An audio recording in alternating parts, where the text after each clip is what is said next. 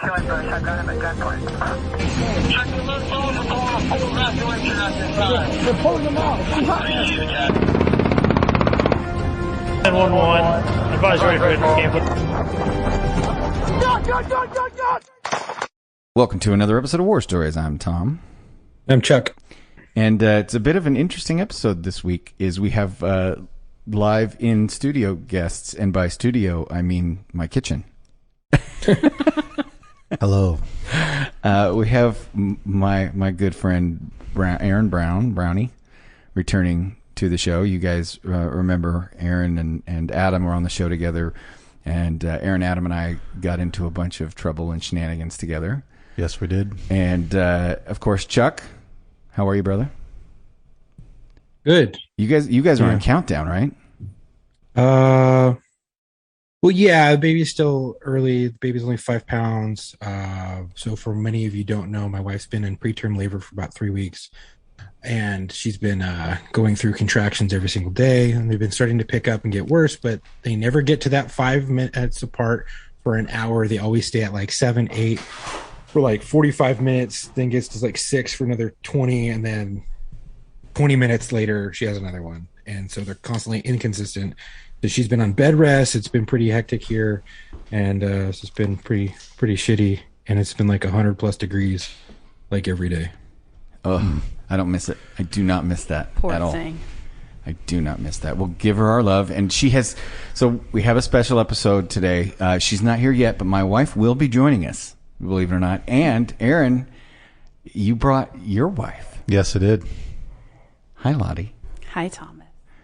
Now, Hi, Chuck. We've been that's it. Hi, Chuck. Hi, Lottie. There, Fuck everybody. you, Aaron. Yeah, love you too. Oh, I love this show so much. By the way, I just want you guys to know these are my wife and Lottie have never done this before, and so immediately when I put the microphones in front of their face and turned the headphones on, they both turned into like 8-year-olds. And what did you say when you could hear your own voice in the headphones? What voice were you using? I sound like the sweaty balls get. You do sound like It's delicious. I love the sweaty balls. I love the feel of them in my mouth. So this is going to be a fun episode this week. My wife will be joining us shortly. Right now, she's picking up my son from work. But we've been threatening to do this for a while, and we were finally able to get an episode where we can talk to the wives about what it's like being married to somebody in the military, law enforcement, firefighting. Like, I've talked to many, many wives. Aaron, Chuck, you know Aaron. We've had him on the show. He was a firefighter. Now he's an RN. And I've talked to his wife about, hey, do you want to come on and do this? She's like, no, no, I do not want to talk about, I do not want to bring that stuff up again. I do not want to discuss it. Absolutely not. And what was it you said to me last night, Lonnie? Damage was done. I said we were going to do an episode about how it affects, the wives. And you goes, oh, you mean how it fucking ruins everything? Ruins fucking everything. Vacations. You can't go on a vacation because you're going to get a subpoena for court. And then when you do finally get to go on a vacation, they're an asshole for the first solid 24 to 48 hours of that vacation because they're still in like cop mode. Right. You can always bang in sick. That's what I would do when I didn't want to go to court. That's true. That's true. We've been in South Dakota for 5 years, and he's been out of law enforcement for 5 years, and every once in a while he still gets a call for a subpoena. I don't ever call them back. I don't exist. I'm not there. You can't prove it. Yeah. Serve me, motherfucker. Mm-hmm. Exactly. You want me to come to court that bad? You come out here and serve me. That's right. So again, my wife will be joining us. So before we get into the stuff with wives, I thought it would be fun for us to discuss. Lottie, you had a career. Now your career is in healthcare. Yes, I'm a respiratory therapist. But prior to that, your career was law enforcement adjacent. Yes. So explain, please, So I introduced you and your husband, as we've discussed. Yes. I mean, you guys had met when he was booking people because you worked at the jail. I mean, we sort of met. He always stood against a wall and never talked to me, but yeah. But he stood against the wall and never talked to anybody. That's true. That's his MO. It's a beautiful little wallflower. Yes. I mean, there's nothing little about him. He's not a little wallflower. He's a gigantic wallflower. He's a wallflower mural. He's a mural of wallflowers. He's sitting here bright red, laughing, not saying shit, too. He's like, great, I'm going to get picked on for the next hour. No, you said that there was nothing little about me, but I immediately went to one thing. And I only didn't thing know if little I about should say that on the podcast or You not. can say whatever you want, man. It's our show. For Chuck and the listeners, tell us what you did. In the jail? Yeah, and then we'll talk My about the stuff you experienced doing that. My official title was correctional technician. I was a glorified secretary. So I got to look and smell at all the stuff, but I didn't have to touch it. Right. It paraded by you. Yeah. While you did the paperwork on it. Ad nauseum, yeah. So we did all of the bookings and updating court paperwork, visiting signups, monitoring inmate activity in dorm control areas, and stuff like that. It was always a good time. Every once in a while, I'd see something naked or bloody or Both the same time. Yeah. Well, because all the strip searches and all that was done right next to you, like it was. Strip searches weren't really a thing. Like the pat downs, yeah, but like unless they were going off to prison, then you'd hear the squat and coughs. It's fucking gross. But that's what I mean. It wasn't like take them elsewhere. It was done right there. Right there. Yeah, in IRC, the Intake and Release Center. Yeah. And you guys sat in front of the aquarium of assholes. Mm-hmm. The sobering cells. Right. Yeah. So it was cinder. Imagine cinder block and glass. Right. Yeah. It's literally cinder block walls, cement floor, and then big glass doors with steel frames. Mm-hmm. And it was belligerent pieces of shit over entitled Cal Poly students screaming and my daddy's gonna sue you. Yeah, it was an aquarium of assholes, really. It was. And you guys, but what's crazy is that you had these not so sweet ladies. I don't remember, was there any guy CTs? I don't remember any. Every once in a while we'd get one. Yeah, Thomas was there for a really long time. Right. Not me, not you. No. We've had a few go through. And so they'd parade past you. They'd say shit to you. But you guys sat in this little corral. Chest high wall that separated the good from the bad. It's almost like which was which. Think of like bank tellers, right? Think of like the counter at a bank where the counter's a little bit higher, and the bank completely teller sits exposed. but completely like they have more protective gear at a 7-Eleven in the hood where I've heard they've redesigned it since I left. 7-8 years ago, and there's a whole new section of it. 2015 is when you left. Yeah. So I don't know if they've. I mean, I haven't seen it since 2012, but it was fairly unprotected, and you guys were exposed to all of it. They took the booking photos right in front of you. They, if they were naked, they were naked in front of you. If they were covered in shit, they were covered in shit right in front of you. Drunk and masturbating. Yep. Watched it all.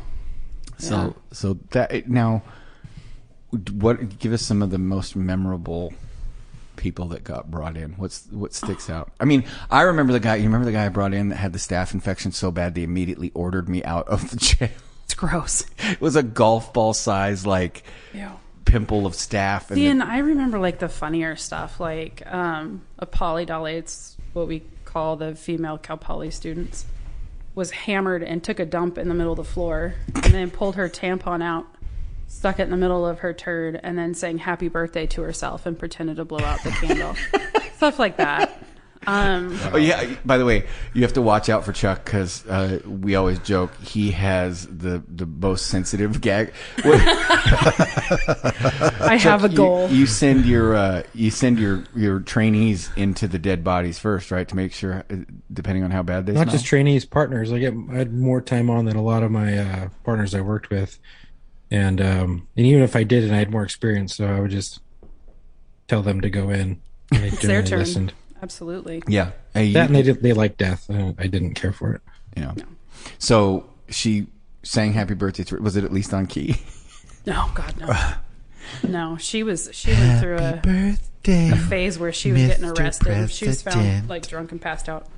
She was found drunk and passed out all over town. usually using the sidewalk as a pillow for her head. The rest I do of have her to body say, though, laying. females, when they get drunk, in my experience, have been the most volatile and nasty people to deal with when drunk. Yeah. Because they think it's okay to hit, fight, kick, pinch, scream, bite. They are vicious. Yes. There was a feral senator's animals? daughter that Yes, came in drunk that was women turn. awful. They do Difference. turn into like Wolverines. Yeah. Especially Yeah. drunk college girls that think that they should. I don't All that. even belong here. My daddy's gonna arrest you and you're gonna go to jail. Oh, you know who's also really bad? Cops' kids. Cops' kids are pretty terrible. We would get military, and every once in a while that would be belligerent. They'd be out at like Hunter Liggett and go into San Luis to do the slow bar crawl. San Luis And- Obispo was the city, Yeah. and the county. The county was San Luis Obispo, and the city seat was San Luis Obispo Yeah. City. And they'd So- get belligerent, and every once in a while we'd let their COs come in and pull them out of there, and that was always a fun show. It was always, I'm going to own your ass when we get back. Yeah, and there's a Camp San Luis Obispo is an Army Reserve Guard, National yeah. Guard barracks and base, and they also have a state training center for firefighters and police officers there. And I was an instructor there. My dad was employed there after got he to do retired. some SWAT sims You get- out there. Yeah, so we got a lot of out of town cops, and sometimes they would get into trouble. Yep. There was a cop who I won't say what agency he worked for, but their initials are CHP, and he got shit-faced. Chuck, did I ever tell you this? He got shit-faced drunk at training and went into the parking lot of the Embassy Suites Hotel and started using his service weapon to shoot out the streetlights in the parking lot. Oh, good God. It doesn't, honestly, it doesn't surprise me one bit. My agency has had coppers get drunk in San Diego and shoot out streetlights and do dumb shit like that. So it does, but at training, it's pretty brazen. Yeah, at like you're not there, you're on vacation or anything. You're at training. They even had so Chuck Liddell was a bouncer down. Yeah, Chuck Liddell was a local boy, and he was a bouncer downtown. And I think he disarmed a cop one time who was drunk at Tortilla Flats and drew on him. Like, you don't know who I am. And this was before Chuck was he was training, but he wasn't anybody. He wasn't a name. He was a bouncer there, and he straight out like backspin roundhouse kicked the gun right out of his hand. Wow. Yeah. I remember his billboard at the bottom of the grade and just driving into San Luis from the north end of the county and just seeing his giant nipple every time I turned the corner. Ugh. Yeah, so we would see him downtown all the time. But Yeah. then I wanted to, and the reason I wanted to talk about what you did then versus what you do now is because you were on the front lines of the pandemic and COVID as a respiratory therapist treating during a pandemic what became a respiratory Pandemic, illness. yeah. So I wanted to read this email real quick because we talked about it earlier. And Kendall wrote in. I got this just this morning, and I normally we save emails, but this one kind of felt like we should read it. So Chuck, you haven't heard this one yet. I don't think it was just sent to my mailbag email address, which is, if you want to email us, mailbag.warstories@gmail.com. Kendall wrote, I want to start by saying that I've actually the subject is thank you guys. So I said, this is and I don't know if this is a guy or girl, it doesn't say. So Kendall says, I want to start by saying I've been a fan and a listener for a while now, and you guys might never know how big of an impact y'all have on listeners, and even the smallest things y'all discuss can go miles to help people. Every time I find myself really struggling with my PTSD, somehow I find myself diving into an episode of War Stories or The Locker Room, and every time the last segment when somebody writes in about struggling with PTSD, I just break down. But the reassurance and the peace you all give them feels like you were talking directly to me and helping me through another tough time. It's hard to shake those feelings sometimes, and knowing there's brothers out there always looking, I'm guessing it's a guy now, brothers, always looking to help, always looking out for one another. The most amazing thing, knowing you'll never be in this alone. You guys are saints, and I'm sure that you will get a laugh at that, but I just wanted to say thank you guys. Really, thank you. P.S. Sorry for writing y'all so much. I'm from South Georgia. So That's awesome. I wrote back to Yeah. Kendall, and I wanted to share that with you guys because, Chuck and I, especially right now, like Matt is dealing with way more than just like he's got time off. He's got to take care of his wife. They've got family stuff. He's a brand new father. Family's flying into town. There's just so much going on. And Chuck has got dealing with. I mean, how many appointments do you have today, Chuck? 3. We're squeezing this in between your appointments. I have my wife's in mind because I don't want to let her drive because of the whole. She might go into labor while you're driving. Right. So if I'm there, I can at least, disobey some traffic rules and stuff and get out of it. But never too fast on the brass pass. Maybe. But no, I have 3 appointments today. Yeah. Yeah. So Chuck's been, cool enough to find a time to shoehorn this in, and that's why we were going to have your wife on, but she needs to rest, and so she's going to participate via you, but because she's given you some things to pipe in with. But with everything Chuck's got going on, with everything I've got going on, with everything Matt's got going on, it does get difficult sometimes to want to get up for the show, to do it on a regular basis. And just like Kendall said that, he'll be struggling with PTSD. Kendall will be struggling with PTSD, and will say something that will feel like that we're speaking directly to them. We'll sometimes be like, oh, we got to record an episode this week. We got to set this up. We got to do, and it's not that we don't like sitting here and talking, but the scheduling and the making the time and the setting up and living the life. Yeah. Doing all the stuff that it takes to sit here and talk. I mean, I can sit here and talk anytime, but getting ready for it, getting up for it, getting everything together for it, it can be taxing. And then getting an email like that always comes at a time where I'm like, oh, and we just had a break, and I'm like, oh man, okay, what are we gonna do? We got to set up the time. We got to that. And then Kendall sends that email. I'm like, okay, I'm good.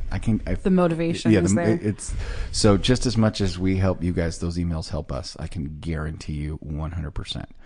But you, Lottie, you were on the front lines of this, and for the more so, like you said, you saw a lot of funny stuff that you remember from the jail, but then you become a respiratory therapist and you're working at a hospital during a respiratory pandemic. Mm-hmm. And you were a newer I've only been a respiratory therapist for 5 years. Yeah. And I am doing all the critical care areas and running ventilators and doing all the neonatal care stuff. And I flew with CareFlight for a while. Amazing organization. And now I am working in hyperbaric oxygenation therapy. So hyperbaric chamber, like when you go diving, like pressurized? Yeah. So I was in one of those for a while. You were in one of those? Yeah, hyperbaric chamber. Yeah. What happened? I was burnt, so they had at the burn unit. Yeah, they use it for wound care. So burns, radiation burns, unhealing diabetic wounds, stuff like that. I remember. I forgot that I knew you were in the burn unit, but I forgot that you did the chamber when you were there. Yeah. Yeah. No, I did a lot of stuff. Yeah. It was horrible. Yeah. But I got a question. For the whole COVID thing, because you're running ventilators and things like that. Do you think? And I've heard a lot of things come back. I have nurse friends and stuff like that. That a lot of them believe that they were mistreating a lot of people with COVID and putting them on ventilators preemptively and not nasal cannuling them. And they could have averted a lot of death probably by just using a nasal cannula instead of throwing them on the vent, because it's very hard to get them off of the vent once they were on the vent. Do you think there's any validity to that, or no, not at all, truth to that? With COVID, this is going to get kind of geeky and sciencey. People's lungs had a tendency to get pretty stiff and hard, and they weren't wanting to function and absorb oxygen the way that you're supposed to. That was like the mucus was. It really wasn't a mucusy thing. Wasn't? That would be more of like a cystic fibrosis thing. But this was almost like a fibrotic lung. Like your lungs just feel real stiff and they don't want to expand. The actual tissue. Yeah. So it was really hard to get oxygen into the tissues, and you have to use pressures in order to do that. So non-invasive ventilation, like the big hospital CPAP and BiPAP machines, were very helpful. But at some point, we're giving them 100% oxygen with maxed out pressure settings to try and open up their lungs. And, at some point, you got to stick that tube in. There was a lot of alternatives. We really utilized what we call heated high flow. So it'll bust out up to 60 liters of air per minute, which is almost like having a leaf blower shoved up your nose. And we could run that up to 100%. That saved a lot of people from having to get intubated. But we do escalation of care. So it was, and then there was it was a new disease. So at first it was, do we intubate quickly and treat them with the ventilator first, or do we do the non-invasive stuff first? But typically, what did you see that was most helpful, the escalation of care or going in early with the vent? I think escalation of care, because if we don't have to intubate somebody, we always would rather not, because you're opening a pathway for infections. Like you can mess up somebody's trachea if the little balloon around that tube is inflated too much. You can cause barotrauma to the alveoli and the lungs. You can give them pneumonias. All kinds of things can happen. Do you think that there were people that might have been in a rush to jump straight to intubation? Absolutely. People were terrified. They didn't know what to do. Yeah. And the nice thing about intubation with COVID, it's considered a closed system. So even though we were fully gowned and masked and pappers and like spacesuits on when we were in the rooms, technically there was very minimal, if any, exposure risk at all when they're intubated, because they're breathing through that tube, and that tube is going through HEPA filters. And right. So are a lot of people, how do I put this? Do you think because it's a closed system and people were so afraid of infection, they were like, tube them up, because then we're not risking ourselves? Because I have heard, and I don't want to disparage the medical community. It was a terrible thing that people were trying to figure out on the fly. But I have heard that, and this is from people in the medical community, it was the first time they had seen their peers be afraid of treating patients. Yes. Like actually, like, I don't want to do my job. It's similar to what cops are going through, I think, in the last couple of years. Yes. With being afraid to do police work, and what are the ramifications? We spoke coworkers that during the work week would live in hotel rooms because they weren't going to take it home to their families. I would strip down on our front porch on a very busy street and like leave all of my stuff outside in the dead of winter in South Dakota. I would just be like streaking into my house because I wasn't going to bring. And then I'd head straight to the shower. My kids weren't allowed to touch me. They weren't allowed to come anywhere near me. That was probably nice. What, not having to talk to my kids? Right. Yeah, it was probably a little chill time for me. The university that I work at, the city rented because during the summertime when all the students are gone, they rented out one of our newer dorms, and anybody that worked in healthcare, if they didn't want to go home, they had the choice to go to our university and stay on campus for a minimal cost. And that dorm was getting cleaned every single day. When they would leave, they would come in and disinfect the room. That was the school's staff doing that as a service for the first responders and the nurses and everybody that was in there on the front lines. They did that, and I thought that was kind of cool. Yeah. But I mean, everything has been sanitized, and professional companies come in and sanitize everything. So, yeah, we had, I was working in the movie business at the time, and it was a big deal of like when you're renting props, like they go out on a show, they come back from like other actors touch them, other prop people it's just renting anything that people are touching during a pandemic that's scary. Mm-hmm. So they had to devise entirely new methods of sterilizing. So I can only imagine when you're in a hospital, and you're like, okay, how do we sterilize like an entire building? We turn, because hospitals are, people don't like, hospitals have gross, nasty, like I would eat, but people still let their children crawl all over those floors. Yeah, that's what I'm saying. Gross. Like I would if I dropped an ice cream cone, I would pick it up off the floor of an auto shop and eat it before I would pick it up off the floor of a hospital and eat it. And hospitals are cleaned way more than auto shops. And that's not a slam on our housekeeping. Our housekeeping in our facility is top notch, but it's a lot. You've got people walking in and out. They're walking from one room to another. Somebody's got... It's full of sick people. Like C. diff, which is like medical term for like a bacterial infection that causes explosive diarrhea. And and you catch it from touching the feces. So you're walking from room to room with that on your shoes. And, we do everything we can to minimize it, but it happens. Yikes. Yeah. Well, I've said it before here, and I will say it again. My agency had zero protocol for anything. We didn't even have masks half the time at the very beginning. And then by the time it was in the swing of things and people were less afraid, and they're like, we have masks. And none of us were wanting to wear it because we had already dealt with the first 6-something months of that BS where... If I'm not dead by now... really cared. And now everyone's like, they're pushing the vaccine hard. They're pushing masks super hard. And you're like, whoa, time out.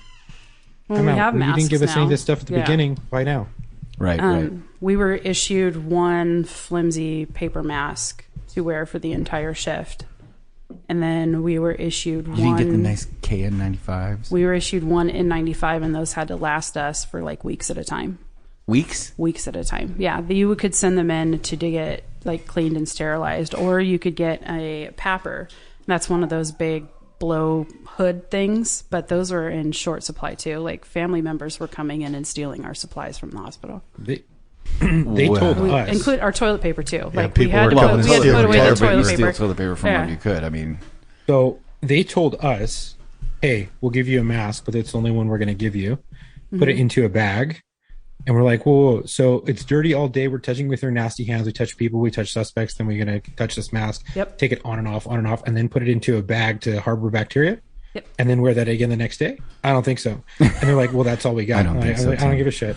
And then we went, I had my my daughter with my wife right now, our first daughter together, during that whole time 2 years ago.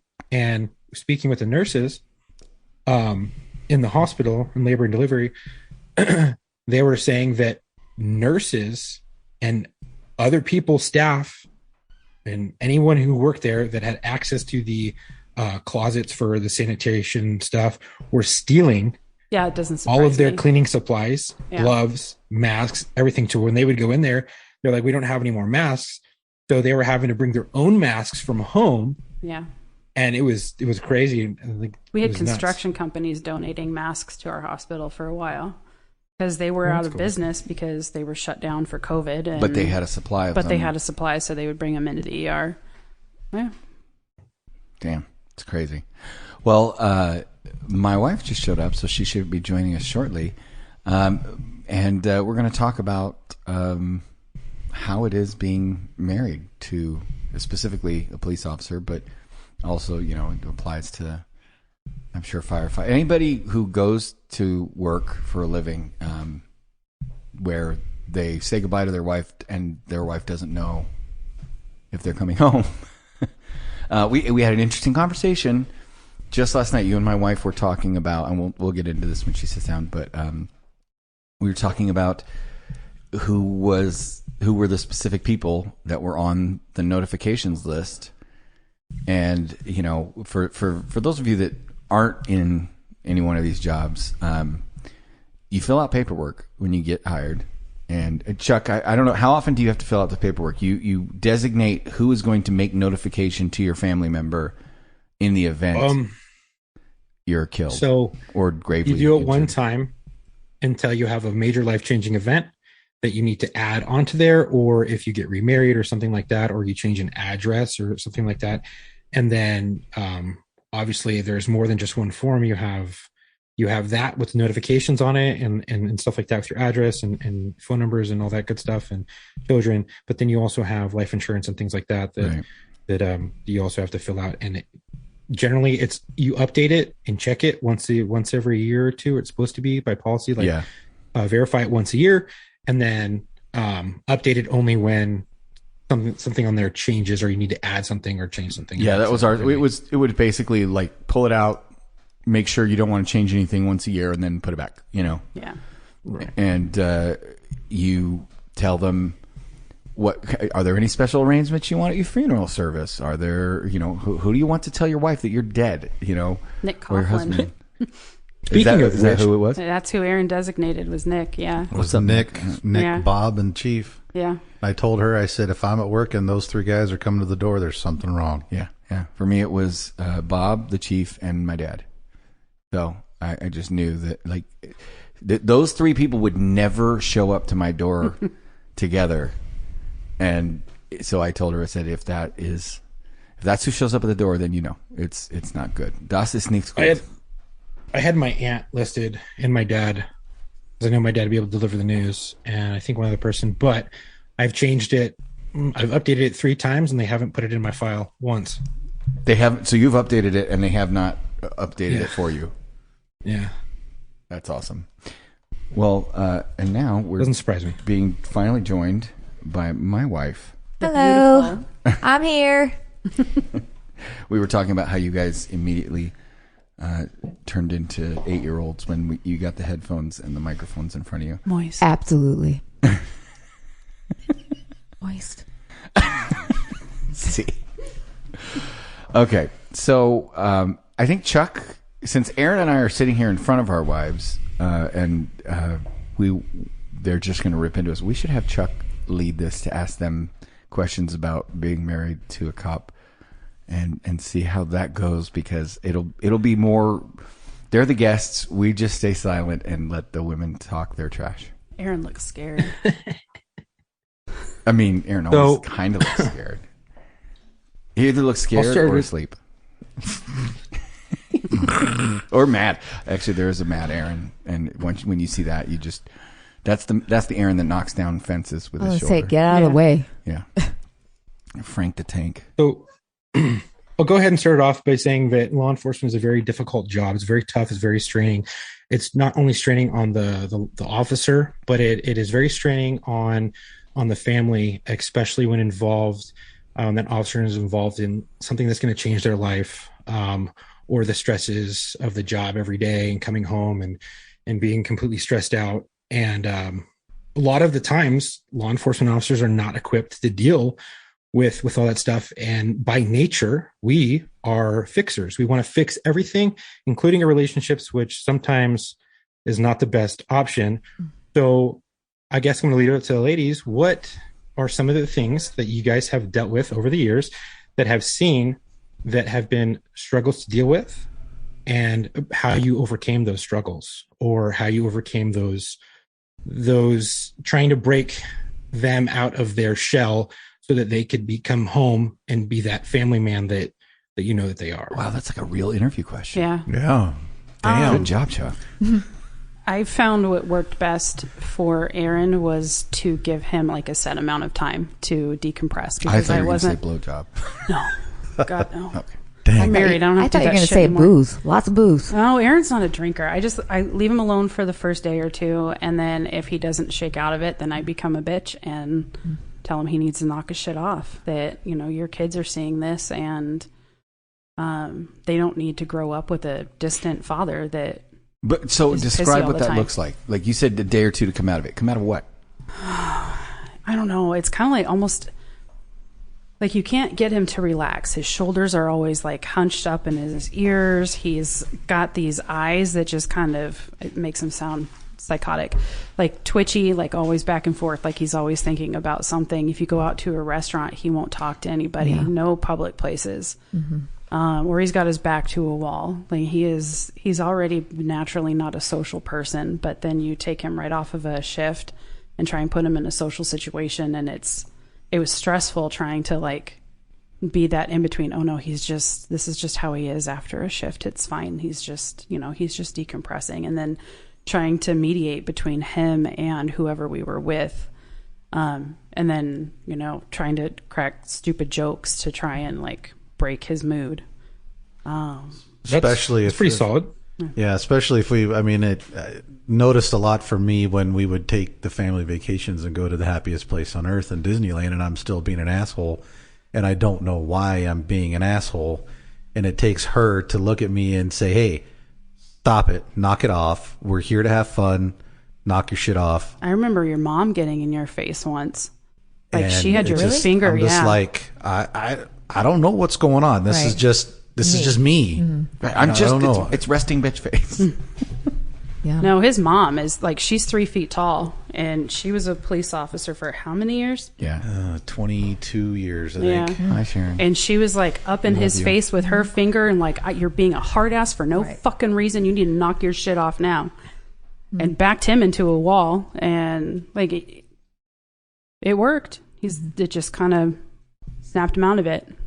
The verbal So- equivalent of a bitch slap. What I really like what you said is you gave him the first day, maybe 2 days, to kind of snap out of his funk. And what I found that my wife did, because she kind of came into it, I was already in law enforcement, and she came into it feet wet, hot and fast, real quick. Like, got involved in a shooting, and a bunch of crazy shit had happened, and I was going through a lot. It was a lot of crazy stuff and a lot of high, fast paced stuff right at the beginning.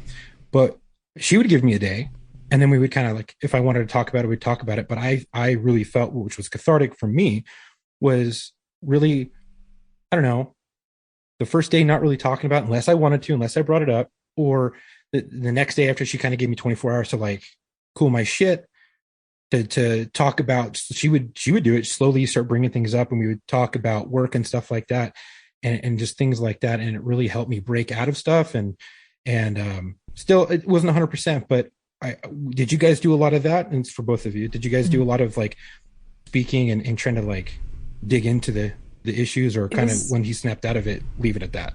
Sorry, Jen. No, you're fine. It was a little bit different for me working in the jail. So I usually had the story by the time I got home.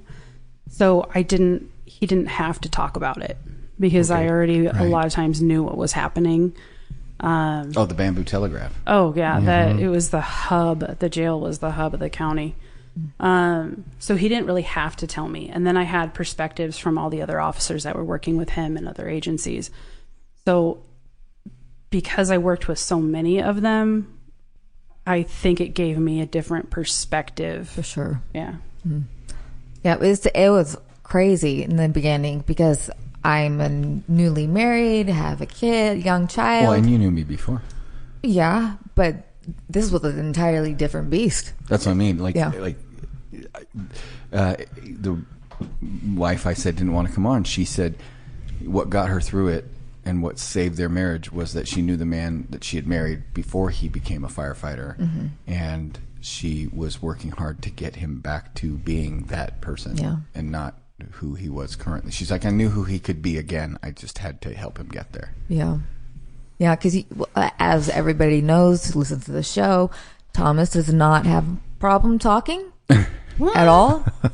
Yeah. Never. However, if it was bad enough, he didn't say a word. And if that was going on, I knew the shit was going to hit the fan. You've always said you worry when I'm quiet. Absolutely. You know I'm either angry or shit's about to go down. Yeah. Yeah. So, what was the toughest thing as wives that you guys had dealt with being a wife of a cop? Like the absolute toughest thing that you guys had to deal with? Are you talking about like a singular event, or are you talking about? Well, it could be a couple. It could be maybe a handful, but yeah, things? maybe one or two events or issues that you guys really like got through. Because I know there's gonna be people out there that are going through the same type of shit, and maybe it might help them. Yeah. You know, kind of try to figure this beast out. Yeah. What Lottie was saying, just give them some time to catch the breath. Because in the beginning, I was obviously very naive what this was about. And it's kind of like jumping in the deep end and swim.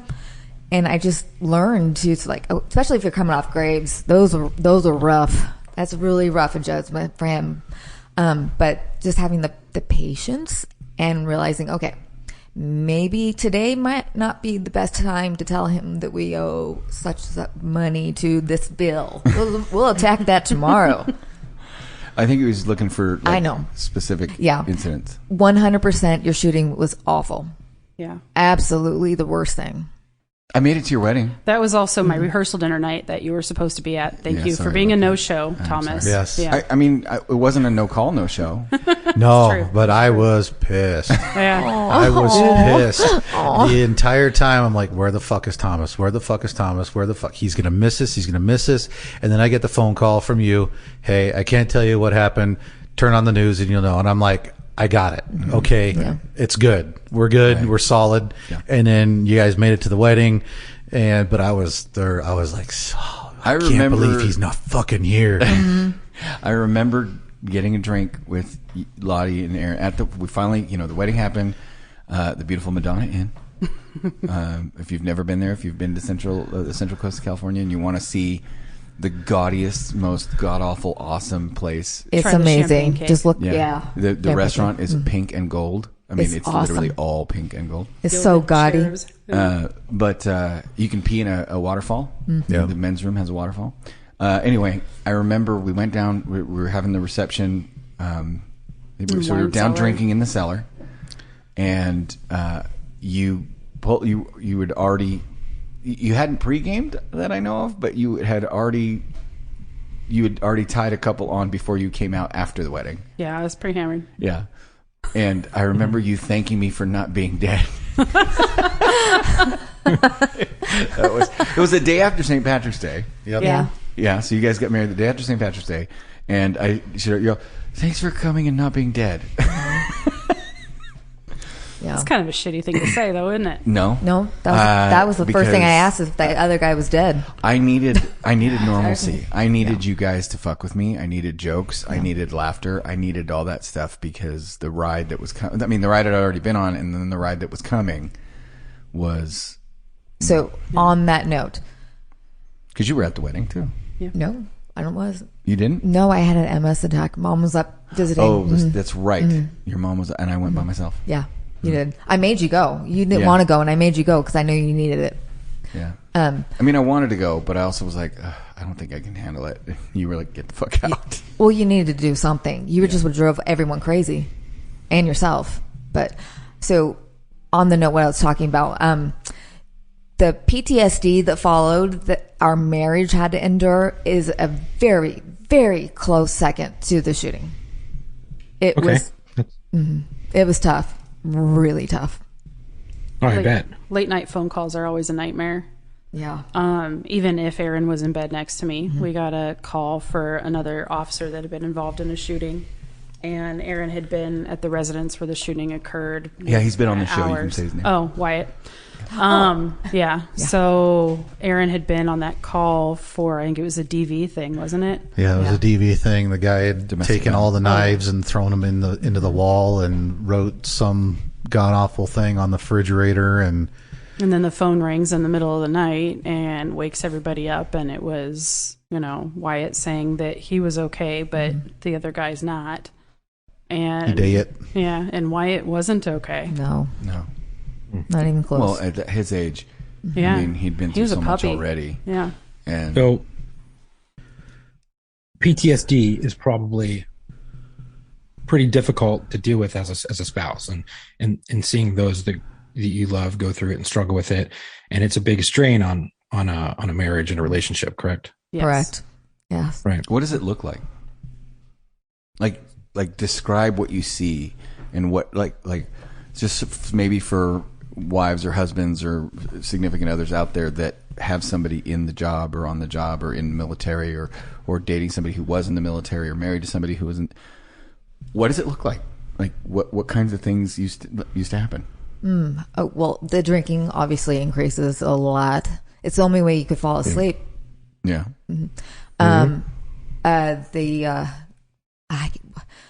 Removing you would not do things with the family, even extended family, because your mom and sister were right next door. You didn't want to do anything. You'd rather be completely by yourself, not talking to anybody. And you started So shutting withdrawn down. and removed. Oh yeah. And like I said, he talks a lot. And having that happen, Right. I'm like, oh my, what is happening? I didn't understand. Yeah. I can remember specifically being at the grocery store and Oh my gosh. some lady, just checking me out at the grocery store was, and she's like, oh, have a nice day. And in my head, I'm like that Vietnam veteran. You fucking don't know you were there. Like, Yep. I'm like, have a nice Tell me day. what You to don't do. Tell me what to, yeah. I'm like, thank you. Yep, experienced that. Right? I do have to say though, the women of law enforcement officers who support them, where as a wife, a partner, a live-in long-term girlfriend who deal with it, they are saints because there are things that we do that a normal person would not do. There are things Yeah. that happen that would not happen to a normal person. Oh, sure. The stuff that you Great guys. example. I don't know why my wife married me. She came into a relationship with a shooting. Because you hung And with the then went birthday to her cake. sister's wedding, broke down and cried, got drunk, broke down and cried in front of God and everybody, and struggled with issues from that. We're a incident. sucker for And- vulnerability. Yeah. Okay, well maybe that's why she married me because Yeah. But I have to say I have to give it up to the women that support the law enforcement officers as spouses and partners and and things like that, because they truly deal with so much shit on their plate and then have to deal with the other shit that's coming through the door that is just, it's really difficult, it's really stressful, it's really tough. And I honestly sometimes think law enforcement officers, coppers, maybe firefighters, definitely firefighters, veterans, active duty military don't give their wives enough credit for the shit that they do and deal with. Yep. And take them for granted. I think that's why there's such a high divorce rate Yeah. inside of Yeah. law enforcement, 50%. inside of all these first responder military jobs. It's because a lot of the spouses or partners take Right. them for granted, Right, and just when check they really out. shouldn't be. Yeah. And check out exactly. Become withdrawn, Yeah. antisocial. Sure. Regardless, we're already antisocial. We're hyper vigilant. Right. Yeah. Right. You're already in the Comfort. category of yourself, what different from everybody Right. else, anyways. I had a chief that says the cop wears the badge, but the spouse carries the badge. And I always thought that was a pretty good way to describe it.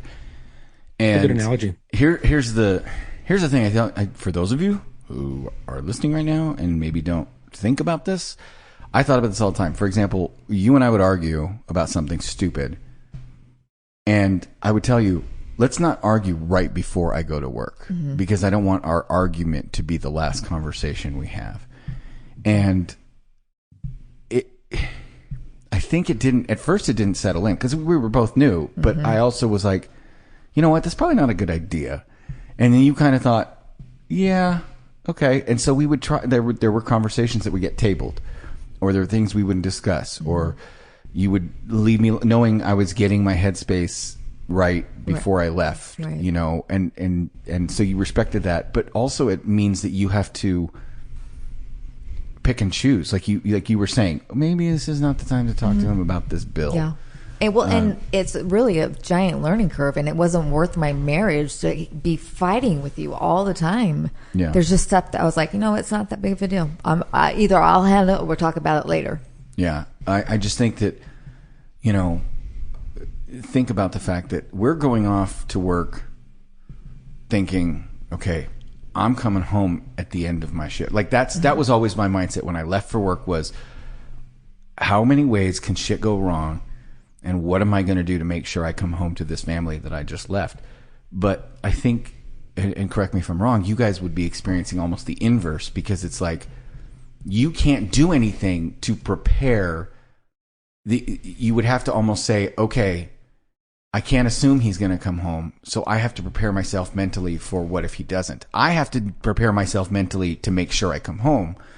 But you guys have no way to prepare to make sure I come home. You have no active role in making sure that your husbands or wives come home at the end of their shift. You're an observer. You're a passive player in that equation. So the inverse becomes true, where you guys have to do a mental preparation for, okay, what if he doesn't come home? And I think that people don't consider that. Mm-hmm.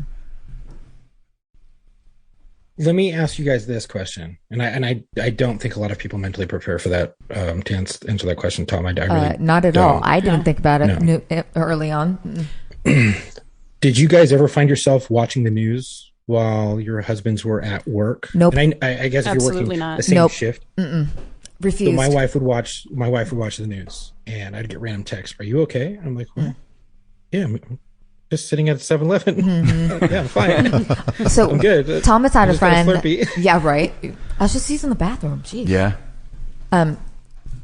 Trimble. Uh-huh. His wife has a police scanner. She used to listen to that Yeah. while he was on it. God, no. I had no. And she No could way. hear his radio Yes. traffic. I think Yeah. there was a couple of nights where I did that, and like you would leave, like one of the explorers would have their whatever when you were an explorer advisor, and I would listen to the scanner. But like, well, it was Tascadero. It got really boring after a hot minute. So I just, and then what if I did hear something? Like my worst nightmare of a job would be a Right, and dispatcher then- and have to be in like And waiting forever voyeur. to hear Yeah. from them. I can do that to myself. I can handle it. That actually happened to, so on our shooting, one of the guys on our team, his wife was a dispatcher, Yep. and she heard that the team had been in a shooting, and she heard that one of the officers had been hit, and nobody would tell her who. And it like, whether it was because nobody knew, whether it was because they were waiting for status updates, I don't know what they were waiting for, but shout out to Barb, man. She was sitting there doing her job as best she could, and then I think they finally took her off the console and stuff like that. But I mean, she's working knowing that this thing just happened, an hour and a half away, and she can't do anything about it. She can't find out anything about it. That's got to be the worst kind of mental torture. One of the officers, shall remain nameless for now, his ex-wife was a paramedic, and she would be working the same nights as her husband, and she would hear a LE-involved shooting or whatever and have to like emotionally prepare to do her job and potentially on her husband. Right. Wow, that's rough. I know my wife, and if she was here, she's downstairs and I can hear her, but if she was here, she would probably say one of the most stressful times, probably other than my shooting and dealing with all the aftermath and fallout from that, was probably the 2 weeks I was activated during the riots in 2020, because I had actually left. We had just had our daughter, and I had left early to go to the riots. Day 2, I got called day 1 of the riots, got activated, left at 02. A few hours later, 02, going into work. Goodbye, honey. Worked the riots for 2 weeks straight, coming home at midnight, 2 a.m, 3 a.m, and having to wake up at if we came back at 3, I would have to leave at like 5, 6, go into work a little bit late, and then start work. And I did that for 2 weeks straight. And I think that was probably the toughest time for her to deal with, because she was seeing all this shit on the news, and it wasn't like you could get away with it. Right. Yeah. You couldn't get away. Every couldn't time you get turned on the away. TV, it was on. Anytime you went on social media, it was on. Yep. And then she had to deal with the aftermath from those 2 weeks and all that crazy BS that was going on with law enforcement, losing friends, things like that.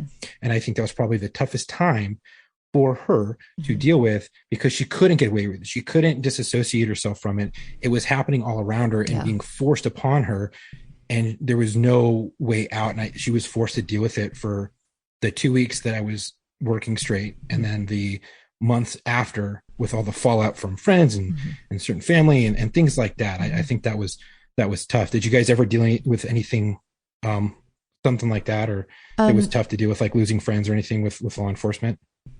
Yeah, but I didn't really care, honestly. If they don't want anything to do with me because I'm married to a police officer, fuck off.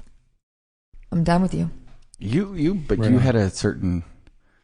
You've always enjoyed and taken a lot of pride in that. Like you really did feel a sense of like a duty as a police wife. Yeah. Like there was. I saw you take that as I'm better than all you regulars wives. I'm a cop's wife. The shit I have to deal with. My husband can kill your husband. But it wasn't just in a silly way too. You took like the responsibility of making sure I was taken care of and stuff very seriously. So, well, it's Lottie. She would every time if I was working a holiday and it was hey, who's working? We're going to invite them over for dinner. And I'm like, no, fuck them. They can do something else. No, we're going to cook dinner for them and they're going to come to the house and live in the city. We're going to feed the cops. We're going to feed your partners. I'm like, whatever. Okay. That's Take fine. a plate to dispatch. You're like, I don't like the guys I'm working with this rotation. It's like, fine, whatever. Then we can have them over. But she was always that way. It's who's working. Let's bring them over. Let's have them come over. We need to take care of them. That's awesome. Yeah. I like that. For sure. That's really cool. Well, I mean, it's been, I don't know, I guess it's been interesting hearing your guys' perspective. I thought I was going to get ripped a lot more, and it was just going to be a lot more painful. My wife talking about what a piece of shit I was. It's tough. I've Yeah. never understood badge bunnies. Like, I'll Yeah, hear some dumb bitch go, oh my God, I want to marry like a cop because they're sexy. And those holsters, oh my God, they carry guns. I want to cock their gun. And I just want to slap them. Like, you stupid twat. Do you have any idea what it Yep. is Yep. you're getting into? Yeah. Yep. Like, it's not It's not a joke. It's not TV. It takes it takes somebody with substance to be able to Fortitude. make that relationship work. What about your daughters? You both have daughters. Well, if they bring home a guy they're serious about and it's a cop. Yeah. Because I know what they signed it up for. One of my daughters has contemplated being a police officer, and I keep telling her no. Yeah. No, you don't want to do it. You don't want to do it. Yeah. Yeah. Don't do it. I'll have a talk with the gentleman. Yes. Like, let's go out in the back real quick. I like the anything you do to my daughter, I'll do to you speech. Yes. That's a good one. Well, I think Chuck's, we're running up against the time limit for Chuck because, like I said, we shoehorned this episode in amidst his schedule. So I think that this was, hopefully the listeners find it interesting, and the officers and veterans and firefighters, they can understand what their spouses go through a little bit better. Go, if you are on the job and you have a spouse that supports you, just go home and hug them a little bit tighter after you listen to this episode, especially for those of you that listen to us while you're out on duty or at the station or on deployment or something, because you got to remember that, like I said, you're out there actively doing it, but they're stuck at home passively hoping to get their husband or wife back in one piece, number one, physically, and number two, emotionally and spiritually, because the number of things that this job can kill is not just you. It's your spirit, your personality, your liver, your vacations, I thought we would do something at my friend Lottie's suggestion. I thought we would do something a little bit different. We always give our guests a chance to dedicate their episode to somebody. And Lottie, you had a pretty good idea. We usually dedicate it to a fallen officer or veteran or firefighter who's lost their life in the line of duty. But you want to go a different route because this is an episode about the wives. I'd like to dedicate this episode to Grace Benedetti. Her husband made the ultimate sacrifice, and she lived our nightmare. Yeah. And for those of you that listened to our episode about Luca, we've had many people that have reached out about Luca Benedetti, San Luis PD. He lost his life in the line of duty, and he worked with Aaron and I. He was friends with all of us. He was a good young cop, hard charger. Married Grace. She, all the things that we just talked about are the terrible things that no police officer's wife wants to go through. She has gone through them and is continuing to go through them because it doesn't just go away. So the job took his life, but took her husband. Yeah. And the father of her children. And so I think we'll dedicate this episode to Grace Benedetti. I think that was a good idea. So, Chuck, you're going to close us out. Okay. Hey, thank you guys for listening today. If you like today's podcast, please go and follow us on our Instagram at @war_stories_official and our Facebook at War Stories Podcast. If you already follow us and share our posts and our info, you can also go to the link in our bio on Instagram and Facebook to reach all of our socials, our media, and website. Our podcast is on all major podcast streaming platforms, as well as on YouTube. If you want to support us, please go to our website at www.warstoriesofficial.com and grab some gear. We still have some Whoopee hoodies, some shirts, patches, and stickers left, and we're going to be doing some gear. I told you guys last time I have a meeting tonight, and tank tops are coming. And we will be doing a special release hat. It'll all be done through pre-orders. I'm going to get the hats made up, and you will see them sported by myself and Tom, and you guys will be able to get your own through a special pre-order that we will be doing on our website. So keep your eyes peeled for that. If you want to be featured on a show, think you have a story, or want to share your story, please go to booking.warstories@gmail.com and send me your story, and I can get you booked. We are looking for law enforcement, corrections, dispatchers, fire, medics, and veterans. If you have a friend who you think would be a great fit, let them know about us. Give them our booking email. Again, thank you for the support. Have a great day. All right. And until our next episode, come home with your shield or on it.